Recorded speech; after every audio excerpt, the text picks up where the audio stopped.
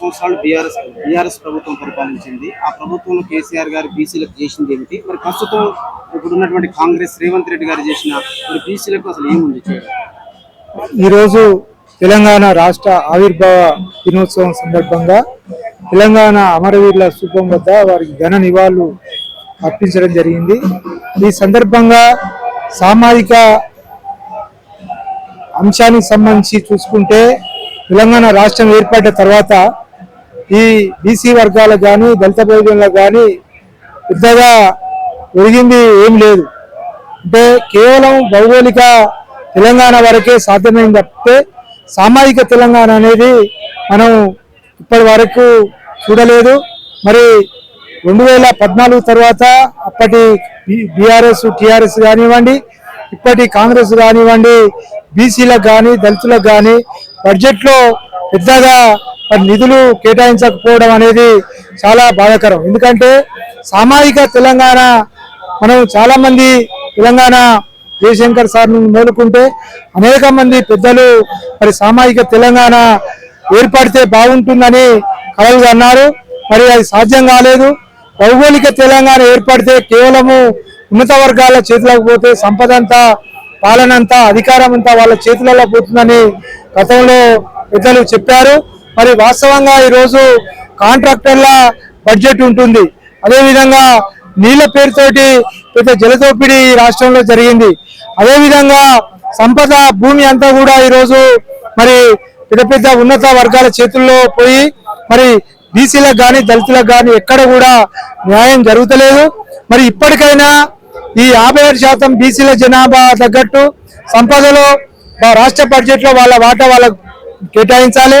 దళితులకు సంబంధించి మరి ఎస్సీ సబ్లను వాళ్లకు మరి అమలు చేయాలి.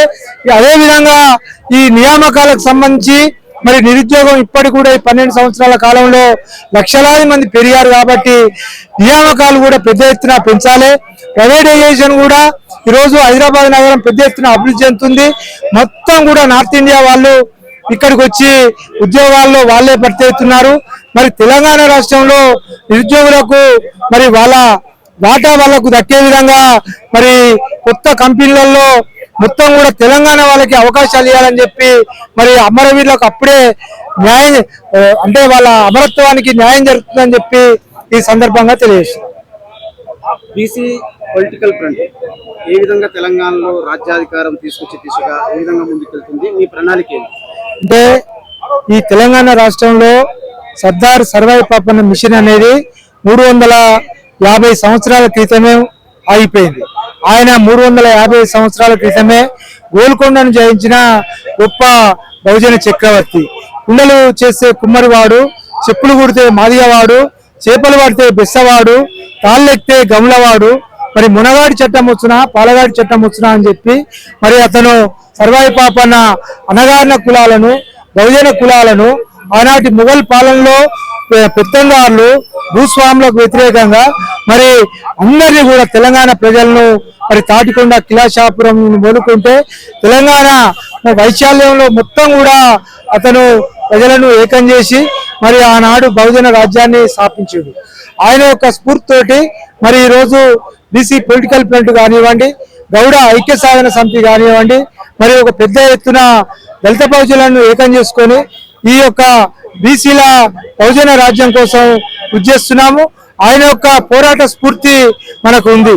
తెలంగాణ సాయుధ పోరాటంలో దొడ్డి కొమరయ్య, చాకలి ఐలమ్మ, అదేవిధంగా ధర్మభిక్షం లాంటి దేశం చిన్నమల్లయ్య లాంటి మహనీయులు కూడా మరి సాయుధ పోరాటంలో బీసీల పక్షాన పెద్ద ఎత్తున ముందు నిలబడ్డారు. ఆ తర్వాత 1969 మూమెంట్లో బీసీలది దళితులదే పెద్ద పాత్ర. మలిదేశీ తెలంగాణ ఉద్యమంలో కూడా మొత్తం ఈ వర్గాలే ఉద్యమంలో పాల్గొని 1200 మంది అమరులయ్యారు. మరి వాళ్ళ యొక్క పోరాట స్ఫూర్తితోటి బీసీలు దళిత బహుజనుల ఐక్యతను కూడగట్టి ఈ వర్గాల యొక్క అధికారాన్ని ముందుకు తీసుకోవడానికి బీసీ పొలిటికల్ ఫ్రంట్ గా మా వంతుగా మేము ముందుకు పోతున్నాము.